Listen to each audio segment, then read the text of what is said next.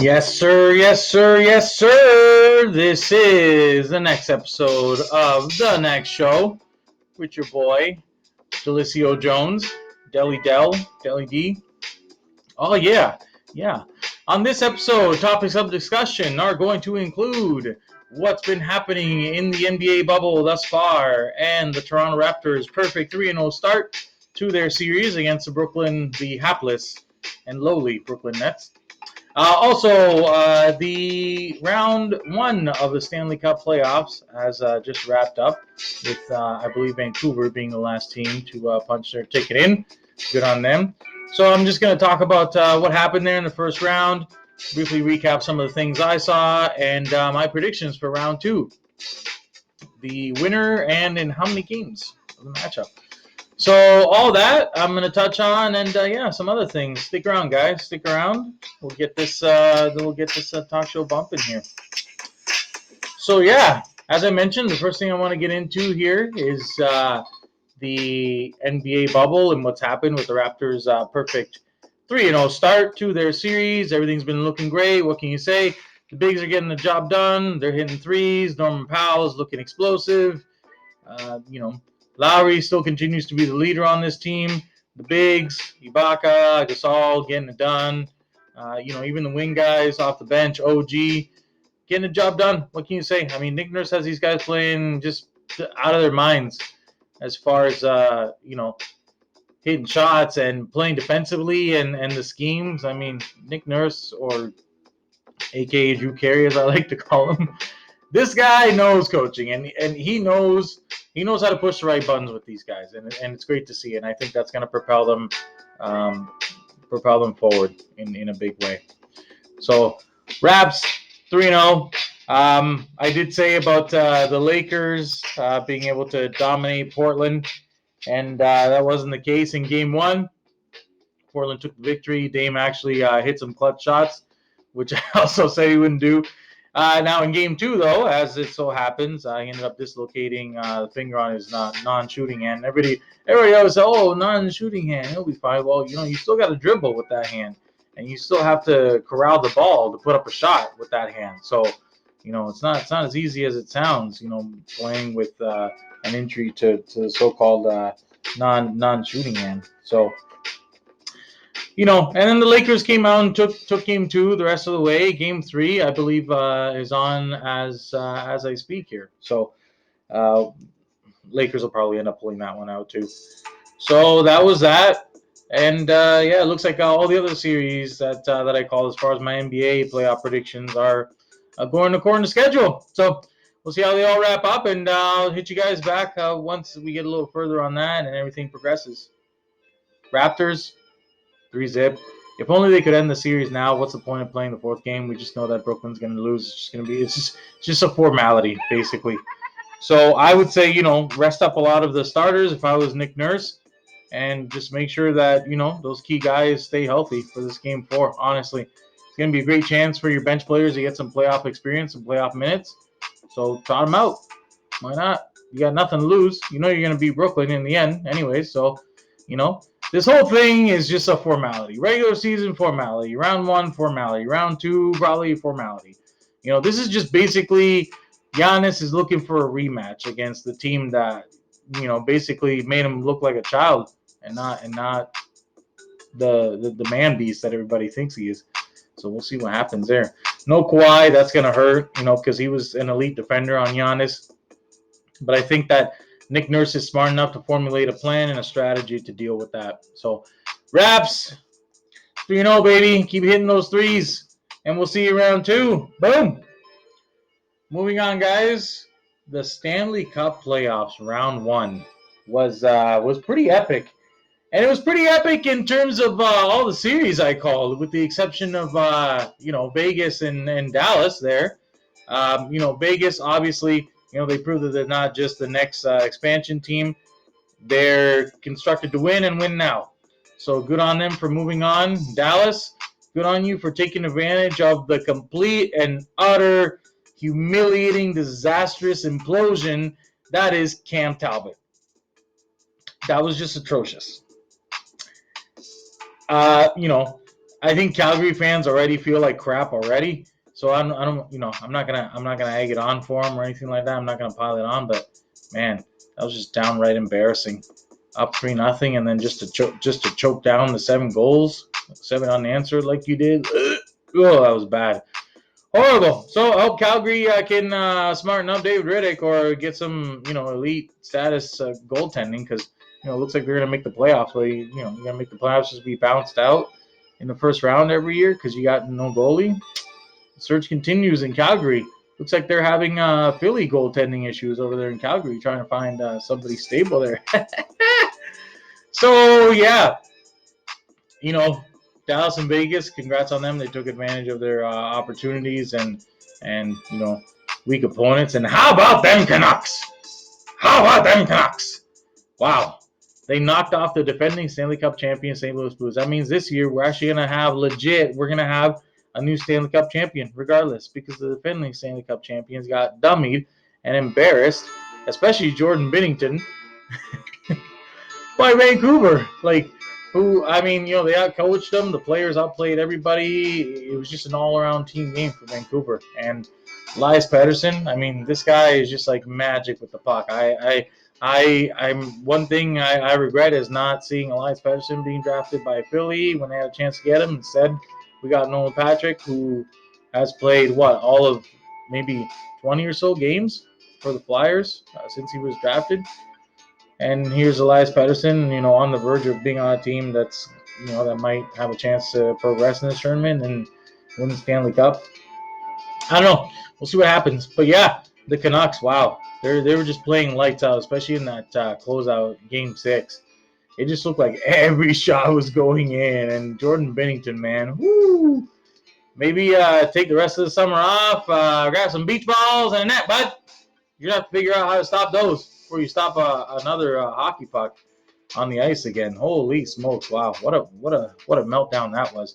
Calgary's meltdown was about as epic as Jordan Binnington's meltdown in this playoffs. Wow, just unreal.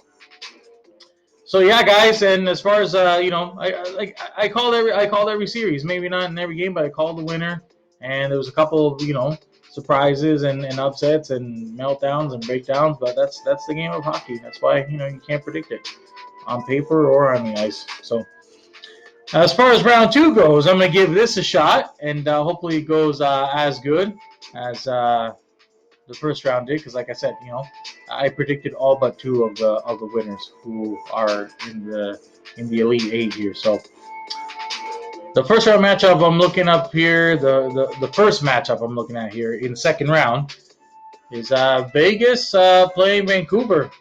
Now this is a very intriguing matchup. Vegas has shown that they're not just another expansion franchise. They can get it done. They have the players to do it. So I'm going to say, I don't want to discount Vegas again like I did in the first round because I thought Chicago would have actually done something, but they just kind of disappointed themselves and their fans once again. Now, in this series, Vancouver definitely overachieved against St. Louis, but a lot of it, I think, may have been attributed to Binnington's collapse and just St. Louis looking sloppy and slow, not executing as well as they were last year when they were just kind of like in a do or die desperation mode just to get into the playoffs, and then they just carried that forward into a Stanley Cup run. But this year, they're the champs. They're the hunted, not the hunters. So it's something obviously that they were not able to deal with because the Canucks definitely hunted them down, and ate them for lunch. Took their lunch money too. Now in this series, though, Vegas is not that kind of slouchy, sloppy team. Vegas is executing, and they're fast, and their defense is as good as anybody's in the league. So in this series, I want to say Vegas in 6. Vancouver definitely has the ability to win 1, maybe 2 games, but I don't think they're gonna go to a 7th game and beat Vegas. I don't think they can beat this Vegas team 4 times. So I'm gonna say Vegas in 6, and that'll be the end of that. The next series here is Colorado and Dallas. Dallas did a great job of capitalizing on Calgary's meltdown, and now they advance. Colorado, they play Phoenix. It's Phoenix. We all knew that was going to be a short series. It's Phoenix. I mean, great on Phoenix. to get into it. They shocked Nashville and a lot of people in the hockey community, but it's Phoenix. They were no match for Colorado, and everybody knew that. Now in this series, Dallas has proven that they can overcome resiliency and or that they can be resilient and overcome adversity. But in this series, I think Colorado's just going to be too much. I mean, barring some sort of like freak injury or something to Nathan McKinnon, I think this one's going to be Colorado in 7 games. I think this one has the ingredients to go the distance. I think it might, but I think ultimately Colorado will succeed. Colorado in 7. Next matchup, Tampa Bay and Boston. Now, I said that last year was a fluke, and I said that Tampa Bay would come out this year in that first round matchup with the Blue Jackets and prove that it was a fluke, and they did. Columbus was definitely the inferior opponent, and Leaf haters can say all you want, but you're an even more inferior opponent. So don't even say, oh, we could have had a better matchup against Tampa. No, you wouldn't have. No, you wouldn't have. You would have just gotten ran out of the rink, period. But I digress. In this series, Boston, I mean, they definitely had a more worthy adversary in the Hurricanes. The Hurricanes were built well, they were coached well, they had decent goaltending. I mean, would you take Mrazek over Korpisalo or a tandem of Mrazek and Reimer over Korpisalo? I think. Would you say if you said that Korpisalo was on Carolina, would that put them over the top? Who knows? You can only do that in fantasy leagues and whatnot. But I think in this case, Boston, since they did have the superior opponent than Tampa Bay, I think Tampa Bay just kind of they had to earn their stripes. They had to prove that it wasn't a sweep, the sweep wasn't a fluke last year. But I just think I don't know. I just think Columbus didn't have enough scoring depth to keep up with Tampa Bay, and Tampa Bay's third line just shut down their Columbus's top line every single game. But in this one, I don't know if they're going to do as good a job as shutting down the Pasta line as they did Columbus's. They're still kind of a young line.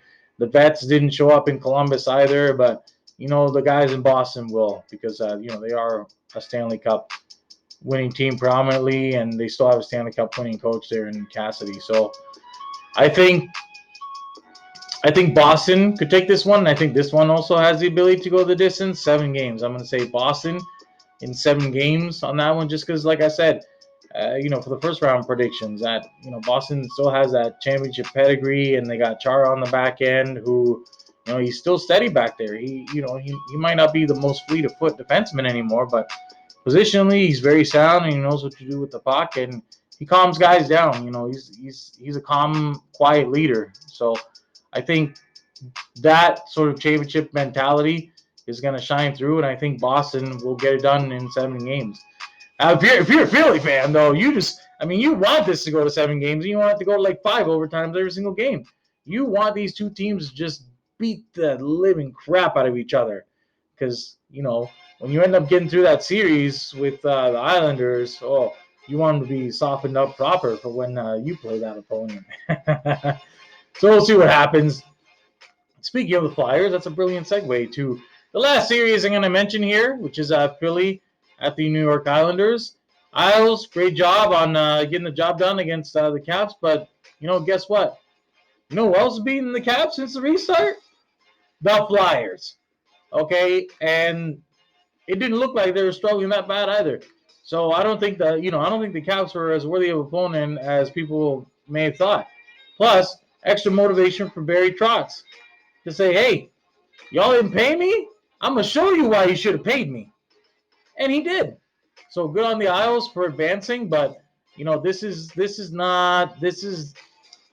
going to have a whole different feel to it, okay? Because there's not going to be the storyline of the coach is coming back and he wants to show his old team that he should have gotten paid, and now he's got this other team and they're pretty good, and we'll see if Ovechkin still wants to try, and we'll see what he does against Barry Trotz and yada yada yada. But at the end of the day, I don't think the Caps were as motivated to win as the Islanders. Simple as that. And it showed in the games. Guys who normally show up for the Caps were just completely silent, minus Ovechkin. Ovechkin, I think, is the only guy that showed up because he had 2 goals in their only win of the series. So, no, I mean, I didn't expect much from the Caps no matter who they played.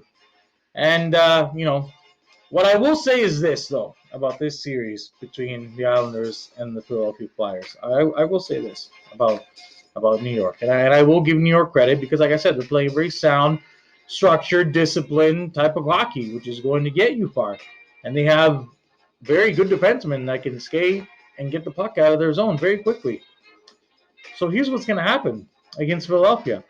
If the Flyers continue to play the same way that they played against Montreal, now outside of Carter Hart and the defensive core, and Raffle, Pitlick, and Thompson, outside of whom I just mentioned, if everyone else continues to play the same way that they played against Montreal, you will be swept.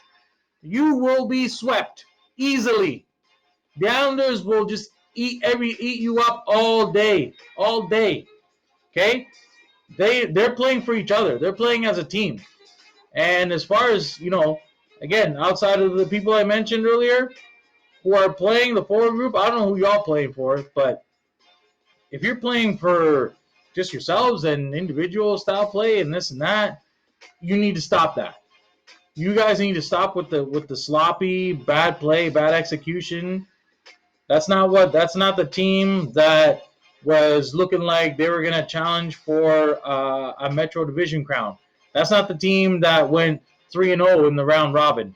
Okay, the team that was going to challenge for that Metro Division crown and the team that went 3-0 in the round robin, that's the team that needs to show up against the Islanders if they're going to have any chance. So if that is the case, my prediction is going to be Flyers in 7. This one will go the distance as well because Barry Trotz is a good coach. He's been in lots of Stanley Cup playoff games with Nashville and then the Preds and now the Isles, okay? Or Nashville, the Caps, and now the Isles. So he's had those type of challenges in the playoffs before in playing meaningful games. He knows how to make the adjustments. But it's going to be all on the players to be able to make their adjustments as well and be able to think creatively and execute properly. So if the Flyers can execute and play like the team that was challenging for that Metro Division, going 3-0 in the round robin, they can win in 7 or even 6 for that matter. Isles will win some games, that's for sure. However, once again, if the Flyers play like they did against Montreal, you will get swept by the Islanders. No more JVR. No JVR, please, Alan. If you're watching this at all, if this gets you at all in any manner whatsoever, please stop trotting this schmuck out in the lineup. I don't know what happened to him, but it appears obviously that Toronto has clearly turned him into a soft, lazy, uninspired player, and I'm sick of it. I'm sick of watching him play. It's just horrible, and I'm sick of the fact that he's making close to $8 million playing the way he is. We got guys out there who are just sweating and bleeding and, just putting it all out there, putting their lives on the line, risking time away from their families and actually trying and executing. It's just disgusting. It is very disgusting, and I hope he's out of the lineup for good, and I hope he gets put up for Seattle too. We'll take that another step further. But ladies and gentlemen, I digress, and that's my thoughts on what's going to happen. I'll recap it for you guys again. Las Vegas, Vancouver, Vegas in 6. Colorado and Dallas, Colorado in 7. Tampa Bay and Boston in 7. And the Flyers and the Islanders, again, Philly plays the way that they did against Montreal, Isles in 4. But if they play like the team that was challenging for that Metro spot before the pause, and the team that went 3-0 in the round robin play on the restart, Philly in 7 or 6. Carter Hart continues the way he's been playing. So that's it, guys. Thank you so much for sticking around and watching. And as always, I want to give a huge shout out to my wifey, Boo Kirsten. The show would not be possible without you. Thank you so much. And my baby Boo, my one and only baby girl, Sophia. Daddy loves you so much. You're the most precious, beautiful girl on this planet. And I'm so glad to have you in my life. So, guys, thank you so much, and stay tuned for my NHL 20 highlight that's going to be popping up here, and also for the next episode of the next show.